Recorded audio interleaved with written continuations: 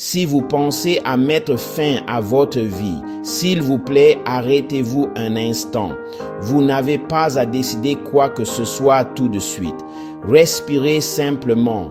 Écoutez simplement. Cette vidéo n'est pas là pour vous juger. Elle est là parce que votre vie compte, même si ça ne semble pas être le cas en ce moment. La Bible dit, l'Éternel est près de ceux qui ont le cœur brisé et il sauve ceux qui ont l'esprit abattu. Psaume 34, verset 18. Si vous vous sentez écrasé dans votre esprit en ce moment, ce message est pour vous. Permettez-moi de le dire clairement.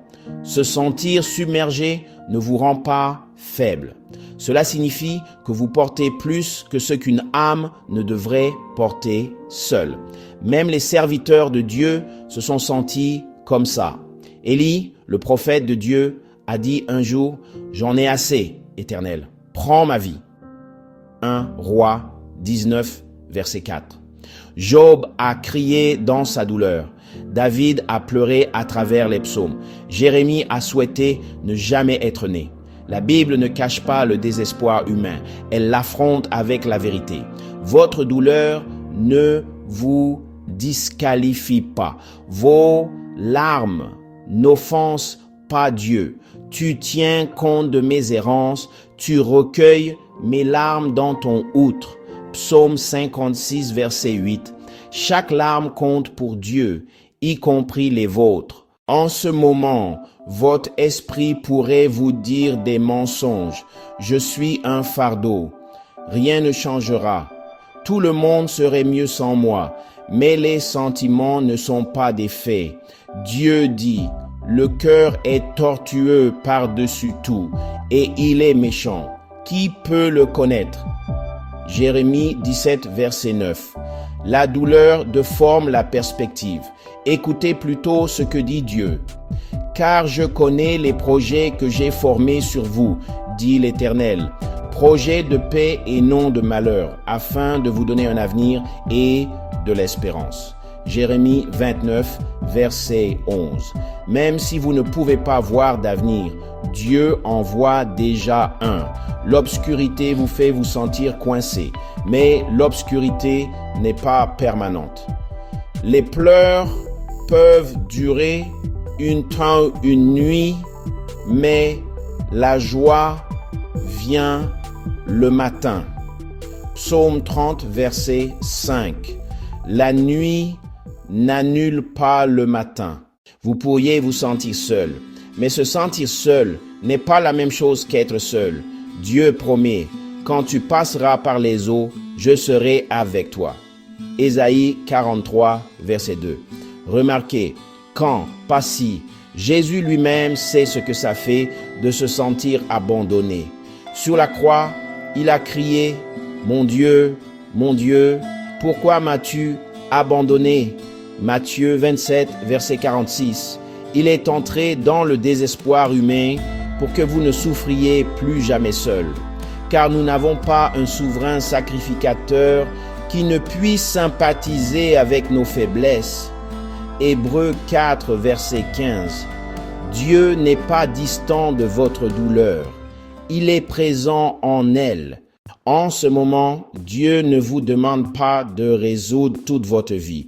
Il vous demande de rester. J'ai mis devant toi la vie et la mort. Choisis la vie. Deutéronome 30, verset 19. Choisir la vie ne signifie pas que tout semble plein d'espoir. Cela signifie que vous choisissez de vivre assez longtemps pour que Dieu agisse. 1 heure de plus, une journée de plus, une prière de plus, murmurée à travers les larmes.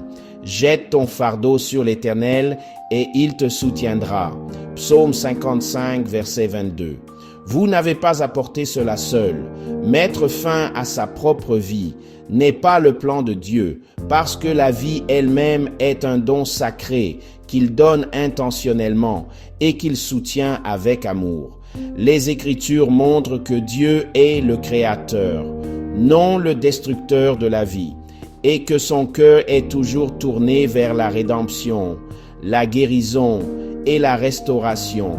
même dans les moments les plus sombres. Le désespoir peut sembler accablant, mais les sentiments ne définissent pas la volonté de Dieu.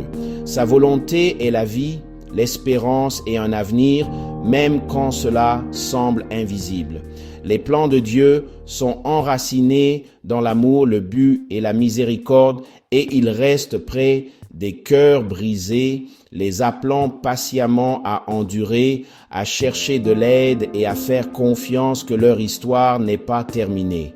La douleur peut parler fort, mais la voix de Dieu parle encore plus fort. Choisis la vie parce qu'il est capable d'apporter la lumière de l'obscurité et un sens de la souffrance. S'il vous plaît, écoutez ceci. Tendre la main n'est pas un échec, c'est de la sagesse. Dieu envoie souvent de l'aide par des mains humaines. Portez les fardeaux les uns des autres. Galates 6, verset 2. Parlez d'abord à Dieu, puis parlez à quelqu'un en qui vous avez confiance. Un membre de la famille, un ami, un pasteur, un conseiller. Et si vous êtes en danger immédiat, s'il vous plaît, demandez de l'aide urgente. Si vous êtes aux États-Unis, vous pouvez appeler ou envoyer un texto au 988, la ligne d'aide au suicide et en crise. Si vous êtes en dehors des États-Unis, les numéros d'urgence locaux ou les lignes de crise peuvent vous aider tout de suite. Ceci ne remplace pas la foi. Ceci protège la vie que Dieu vous a donnée. Prions ensemble. Seigneur, tu vois cette âme blessée. Tu connais le poids qu'elle porte. Tu promets que tu es près des cœurs brisés. S'il te plaît, entoure-les de ta paix. Fais taire les mensonges qui envahissent leur esprit. Renforce-les pour qu'ils choisissent la vie aujourd'hui, parce que tu as un but pour leur vie aujourd'hui. Envoie l'aide appropriée au bon moment pour ces vies précieuses. Au nom puissant de Jésus, nous prions. Amen. Mes chers frères et sœurs en Christ, je veux vous poser quelques questions. Si vous mettez fin à votre propre vie en ce moment, savez-vous vraiment où vous allez? Êtes-vous prêt à rencontrer Dieu? Savez-vous avec certitude que vous aurez la paix là où vous allez? Dieu dit dans les 10 commandements, « Tu ne tueras point ». Fuir les problèmes sur terre vers l'inconnu, vous pourriez commettre une énorme erreur. S'il vous plaît, réfléchissez à cela et priez. Dieu seul est le donneur et le preneur de vie. Si vous êtes encore là à regarder cette vidéo, votre histoire n'est pas terminée. Dieu n'a pas fini avec vous. La lumière luit dans les ténèbres et les ténèbres ne l'ont pas saisi. Jean 1, verset 5. S'il vous plaît, restez, tendez la main s'il vous plaît, votre vie est précieuse.